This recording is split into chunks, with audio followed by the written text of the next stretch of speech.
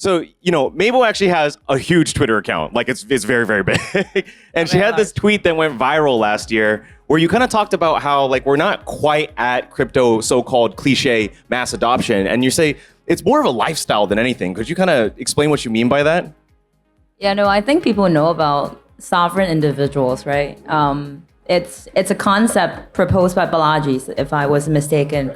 I think it's quite simple. Like I think these days when we're talking about sovereign individuals, what we mean is that you have full control over things that you want to do. Either it's like on social media, you probably want to tweet about something and you got deleted, or like some of the account on TikTok got blocked. Those are not fully sovereign, owned by yourself. And similarly, I think financial sovereignty is also very important. Right. And what can people expect to learn from your panel? No, I think like 4 different panelists, like they work on different layers of the financial infrastructure. So I think it's just different parts of the financial sovereign life that they will have from each of the products.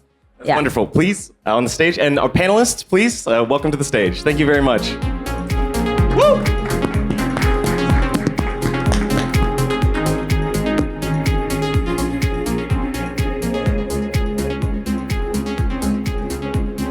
I think we still miss Zack.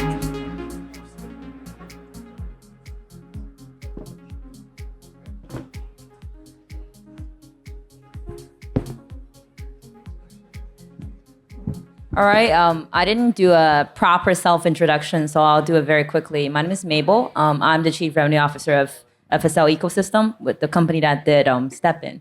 I also sit on the board of Solana Foundation.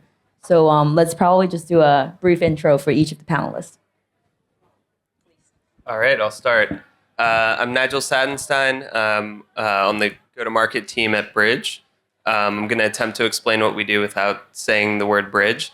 So we connect the traditional finance rails and blockchain payment rails, provide a bunch of different financial services like US and European virtual accounts, card issuance, stablecoin issuance, pretty much everything that you would need to build a fintech or neobank out of the box built on stablecoins.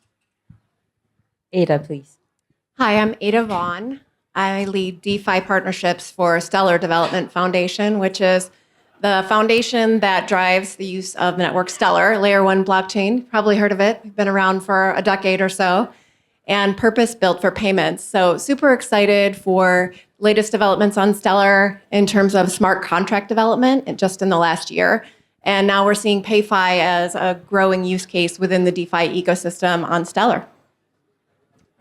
Thank you, Ada. So hi, I'm Jackee. I'm Global Marketing Director for RedotPay. RedotPay provides crypto payment services, and we're a fintech based out of Hong Kong, dedicated to serving the unbanked across the world with blockchain payment services. Thank you.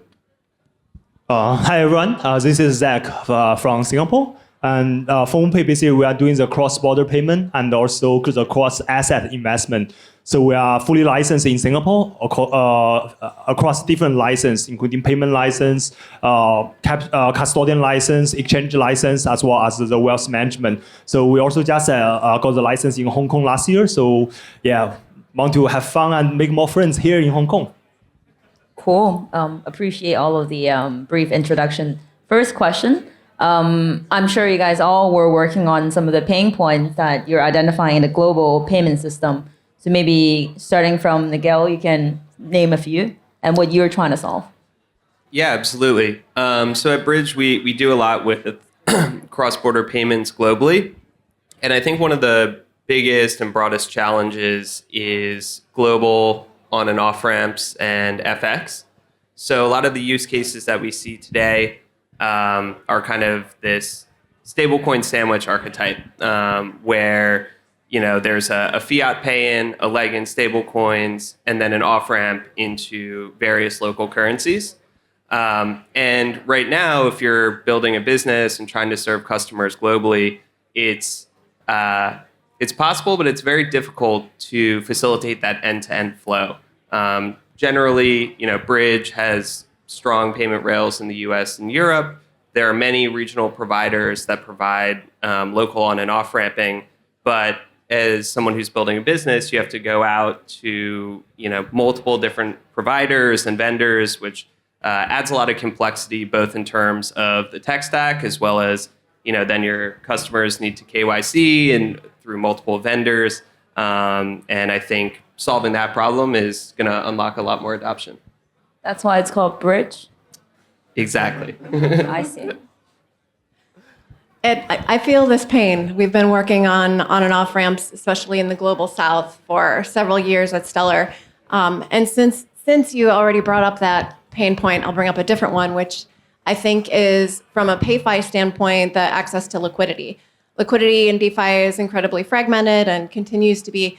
And in terms of broader capital markets, I think a lot of projects have struggled to find liquidity to fund the payment flows that they want to do. And so I think this is one of the bigger pain points, and we're starting to see solutions for it. I think Huma is doing a good job kind of starting this narrative and dialogue so that people can see that PayFi is a proper venue for liquidity from institutional players. Thank you. Since you mentioned the global south, I think I'm going to lead with that.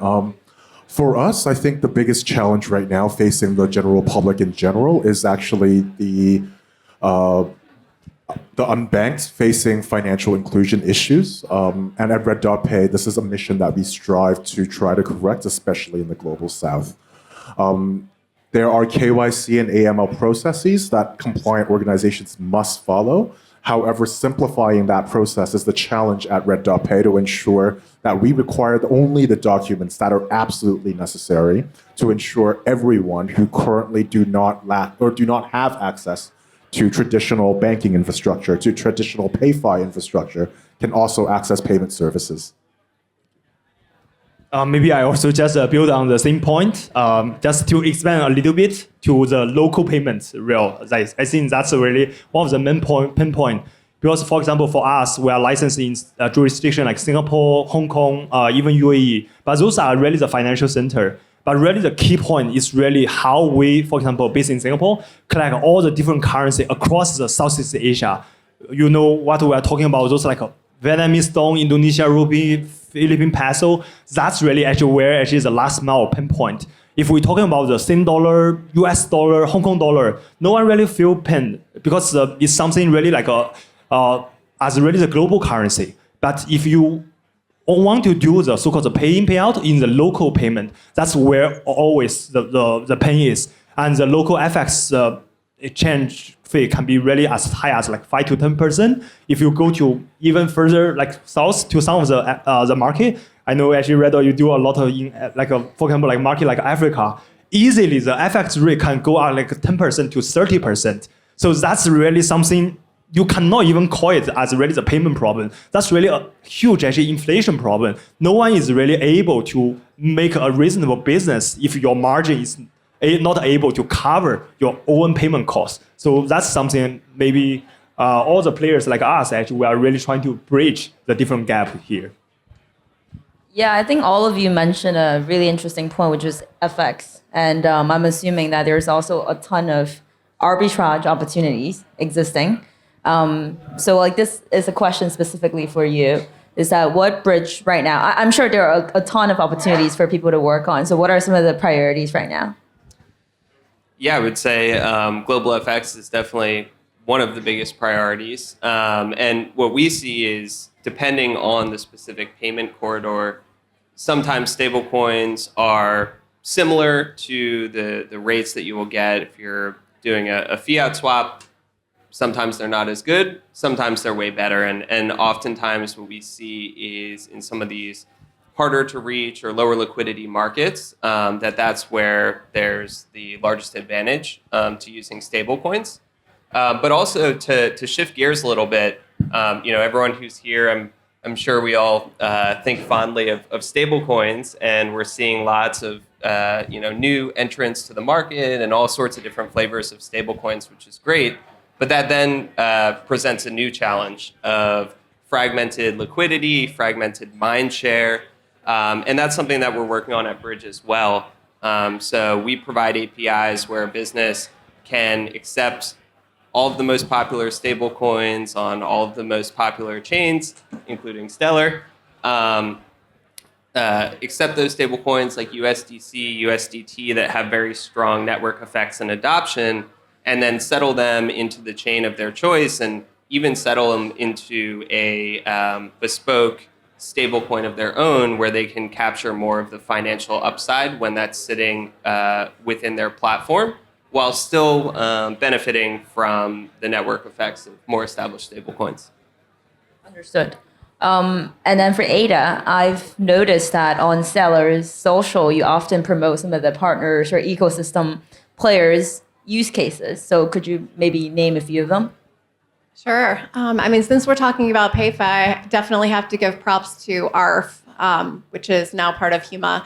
They were very early to market, and we supported their project early on to bring financing to payment flows for regulated financial institutions for these like very, very short-term loans. And I just think it's a great example of how the speed of crypto brought an advantage that they weren't able to get with TradFi rails. And so I think when you have such a clear advantage, these kinds of use cases rise to the top and become very successful. So I'll call out that one. On the B2C or even C2C realm, I'll call out our partnership with MoneyGram International, which has been really significant. One of the few ways that you can cash out in paper cash from a digital asset, namely USDC on Stellar, in hundreds of thousands of locations around the world. And so it's something that has broadened access in a totally new way. Cool. I have the follow-up question for both of you together, RedotPay and FOMO Pay.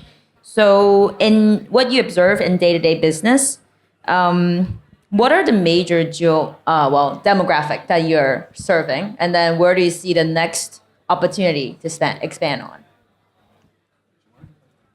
Sure. So thank you. I think on the demographics front, there are two main areas. So naturally, RedotPay essentially allows you to take cryptocurrency and spend it as if it was fiat, basically buying coffee. I paid for my Uber on the way here with my RedotPay card.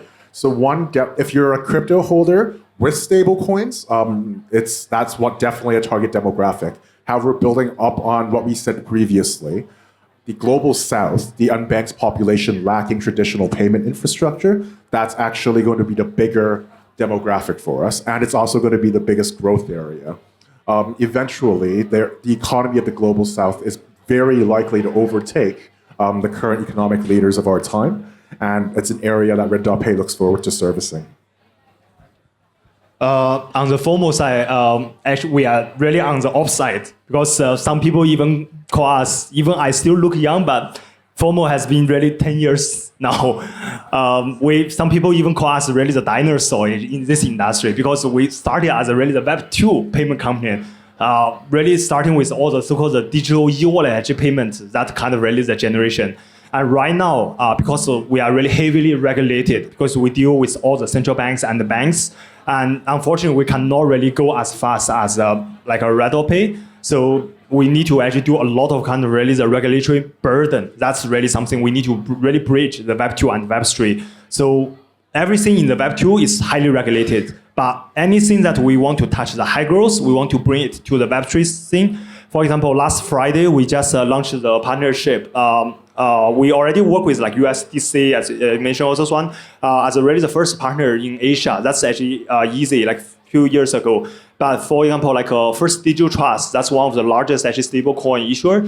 That one takes a little bit effort for us to really convince the regulator how to really approve the partnership between FOMO and the First Digital Trust for the FDUST. So that's really where FOMO, we are really focused on serving two types of customer. One is the so-called the AI accredited investor, or I think Hong Kong here is known as a professional investor, PI.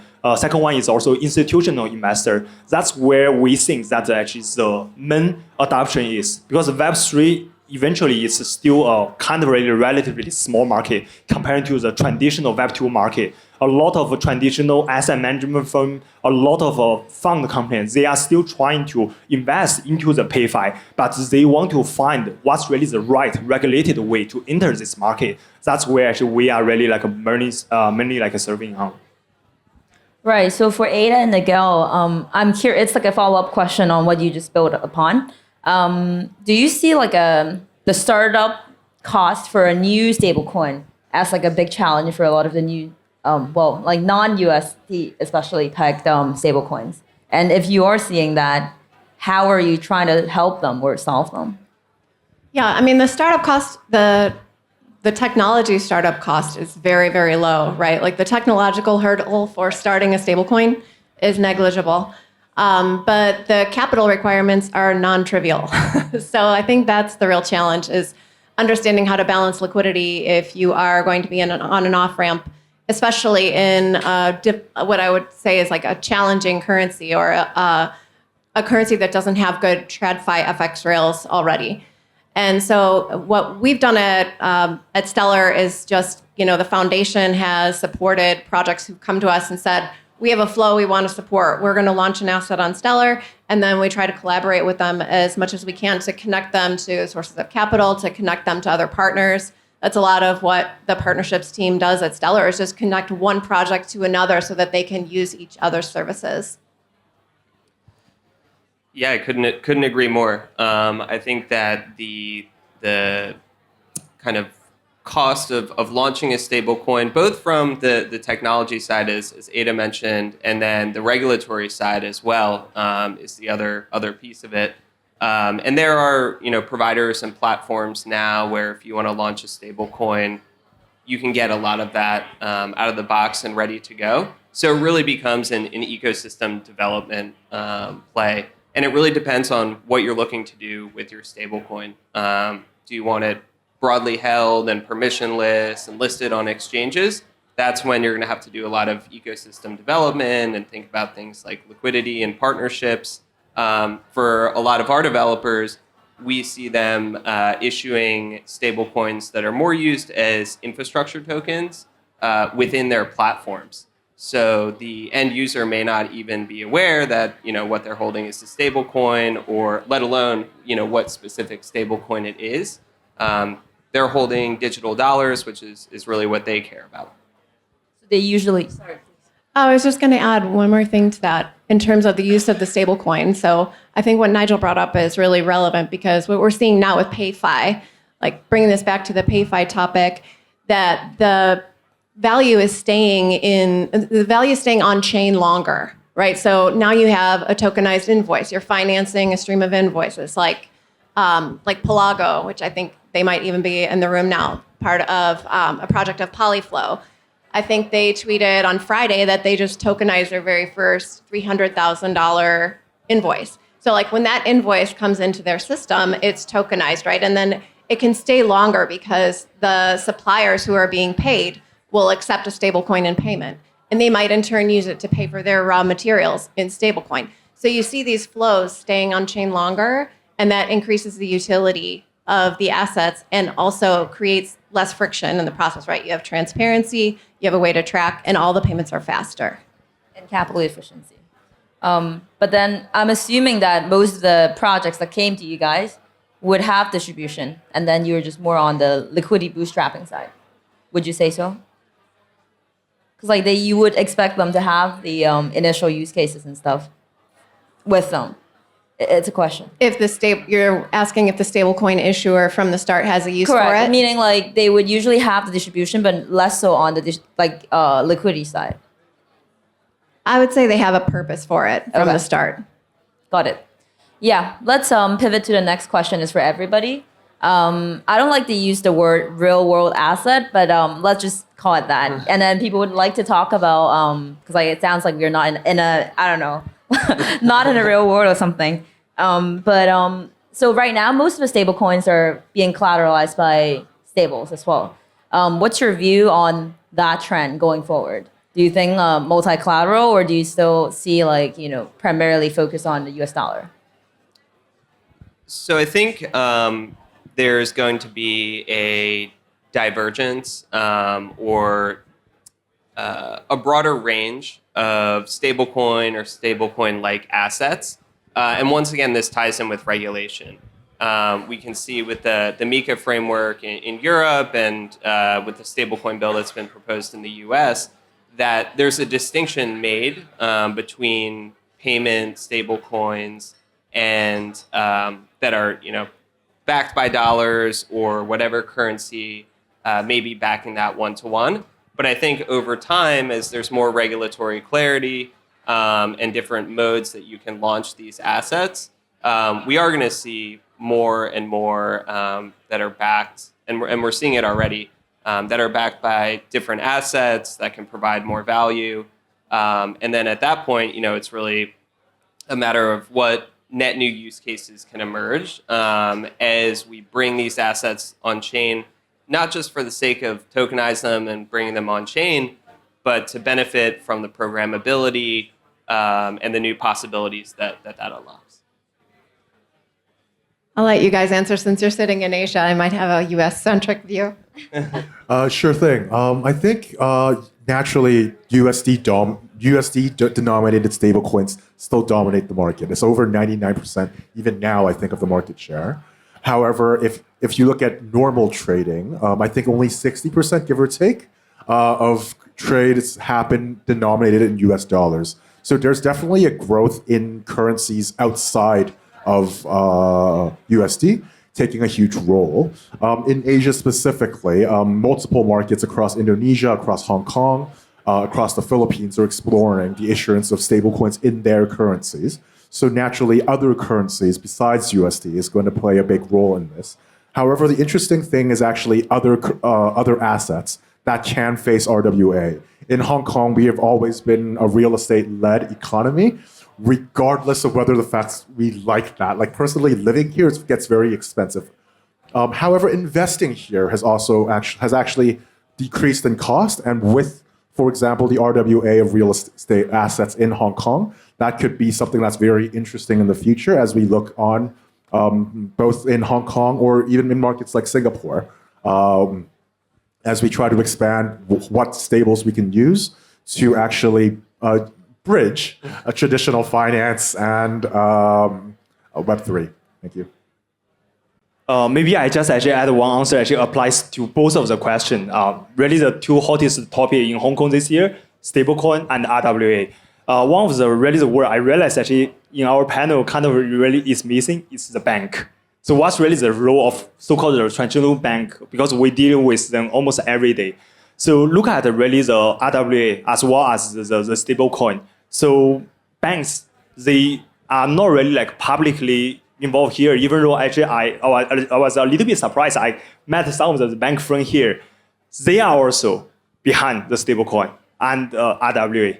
One very simple fact here is where previously in the Web 2 kind of really generation, where we store all of our asset, all the money, bank, that's the custodian. That's actually the vault where the bank put their like gold bar or whatever. The same thing right now. For the stablecoin, they also need someone act as the role of so-called the custodian, where actually my money is safely that you want to put there.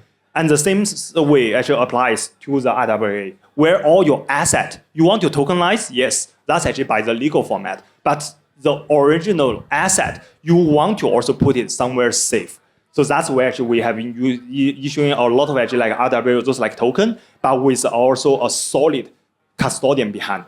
So Singapore actually is our home base, where actually we have been able to play in the both role for custodian of stablecoin as well as the real world asset. But yet, right now, Hong Kong and even UAE, they are also trying to find how to really tokenize some of the asset. Even some really the big player right now, they are trying to issue, for example, gold stablecoin. So it's somewhere actually like a in between both. You can call it as a stablecoin, but actually it's a little bit also like a RWA. It's also part of really the asset. So how this is kind of really being the new role actually play in this new world, especially right now with the Trump administration. Right now, US is also trying to play some of the interesting role here. So the traditional banks, it's definitely actually entering this game. It's just how, I don't know, the Web3 player here going to respond and how maybe the banks going to compete or going to collaborate in this so-called the PayFi world. I think we're going to see more. There's been a proliferation of USD-denominated stablecoins, right? And so I think for a long time we were like, what about the reserves? Is it going to hold its peg if it's not a fully reserved? Like kind of scrutinizing the activity and stability of what we're calling a stablecoin. But I think what we're going to see in the second half of this year and going into 2026 is like the USD stablecoin wars. Because now we're talking about features, right? It's not enough to be stable. Now you have to have something baked in. Is there like yield baked into it? Can it be used in a certain venue? Is it accepted only at, certain places? So honestly, I think that it's going to get hyper competitive for the stablecoin issuers, USD stablecoin issuers going into next year. Yeah, I very much agree with that. I thought that Jackee brought up an interesting point as well, talking about stablecoin-based FX, and we see, it's still 99% USD denominated stablecoin. Trading is not so much, and that's changing over time. I think fully on-chain FX is one of the biggest and most interesting use cases that we've all heard about for many years, and I think it's a difficult kind of cold start problem for non-USD stablecoins. But ultimately, if we're able to bootstrap that liquidity, then that can fundamentally change the FX markets, which is one of, if not the largest markets in the world. So my final question, I was preparing to ask you something more cliche, but since you all mentioned about over collateral or like fully collateralized stablecoin, I hope you don't mind me asking something that's not part of the sheet. Okay. So the question is related to, so we just talked about the fully collateralized. How about the algo stablecoin and some of the, I guess, credit-based stablecoins? I think this is something that maybe none of you were like directly working on, but then you definitely have probably put some thoughts on. So maybe starting with, do you want to start, Zach? Sure. Because, unfortunately, as really the one bridge the Web 2 and the Web 3, we're really dealing with more than 20 actually stable coins. So some of them we are able to really get the regulatory approval, but some of them, as you mentioned, like it's really algo-based. Some of them is like yet to really be recognized by the traditional players. We do actually have built a strong use case and try to explain to the regulator how this will works. But the really regulator eventually, they care the most is few things. First one, consumer protection. What if there is kind of really the liquidity risk? That's really known as like bank run, which happened 3 years ago, to the Silicon Valley Bank. Yeah, so the same thing also can happen to the Algorand actually based actually like a stable coin. So we need to really expand to them. It's really how you really protect the consumers. And second thing is also how you make sure that this ecosystem won't be abused by the bad guys. I was actually in another panel, they call it the good, the bad, and the ugly. So stablecoin, actually we are like neutral. It's really the kind of really, it's like NVIDIA. Basically, no one knows actually what actually people use actually those actually GPU for. Maybe they use it for mining, but maybe they do use it for some of the criminal activities. It's the same thing for the stablecoin. Some people may be able to use this one to manipulate the market because it's really triggered by algo. I know the algo, so I know how to really control it. So that's really something the regulator actually really worries the most. And what if such an extreme case is happening? What's really the counteractions we are able to stop? So unfortunately, right now from the Singapore regulator, which we have been really had a deep conversation, Singapore already issued 3 so-called the stablecoin license, but they are yet to approve any license. First one, generating yield. Second one, it's also not really having so-called I think Hong Kong call it like a responsible officer. So if you put the algo to be the one as kind of like chief compliance or kind of really the one actually being responsible, they still actually trust actually the human being really controlling the triggers. So that's really the current actually regulator point of view. And they also use actually the same rules to the traditional banks or other financial institutions as well. Sorry, but do they allow under collateralized stablecoins? Right now, you need to actually disclose all those like collaterals, but right now, based on the 3 approved example, they are all actually fully collateralized. Understood. Yeah. So looking at non-collateralized stablecoins, I think it's very difficult for us to, as a payments company, to adopt this product. At the very base of what we do, our goal is to provide people with a crypto adoption method So if you're looking at adoption from Web 2 into Web 3 into a sector where trust is at a premium, it's already very difficult to build trust.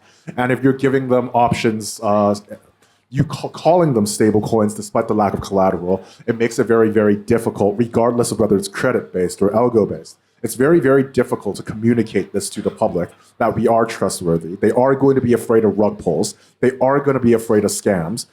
Like something like Zack mentioned, it is something that regulators do not like. It is something that the public, when they adopt these products, they may have concerns with. So on our end, because our mission is the social impacts of providing banking and payment services, or primarily payment services at this time, to the unbanked in traditionally underserved areas. I am hopeful that one day, hopefully in the very, very near future, that we can consider non-collateralized stablecoins as something that we can support. But at the moment, I look at it and I would be quite hesitant because in a very, very short time, less than 18 months, RedotPay has gathered over 3 million users. And a big part of that is to rely on ensuring the users can receive the payment services in a stable, secure way, and making it seamless. So traditional stablecoins, collateralized stablecoins, would remain the direction for now until we see more support from be it regulators, adopters, etc. We have the luxury of being an open network that anyone can build on, right? So the foundation exists to support projects building on Stellar, and we have a mission of improving financial access and removing friction in payments. However, I look at examples like DAI, right? Like no one's really questioning the stability of DAI these days. It's been around forever, right? Like you have a very established method of collateralizing a thing that is not a dollar, right? And is not a dollar, and it's based on crypto. And so if you really look under the hood, it's complicated, right? But you can understand that thing is pretty stable. Now, are you going to use that to pay people, like their basic level of income so that they can live in, some of like impoverished places in the world? Probably not. You're probably not going to use DAI because where are you going to take it and spend it? So there's a practicality factor at play. But I'm actually really interested in these alternative forms of money and digitalization of TradFi concepts that we have fractional reserve banking in the US. We have like uncollateralized money in the US. So this does exist. It's just, as Jackee very rightly pointed out, there's an element of trust, right? Who is behind or what organization is behind these currencies. So I think that it's complicated, but I'm really glad for all of the diverse perspectives and projects and technology that comes to the space, as long as the buyers beware. This is indeed a spicy question. Love it. And I have many thoughts. And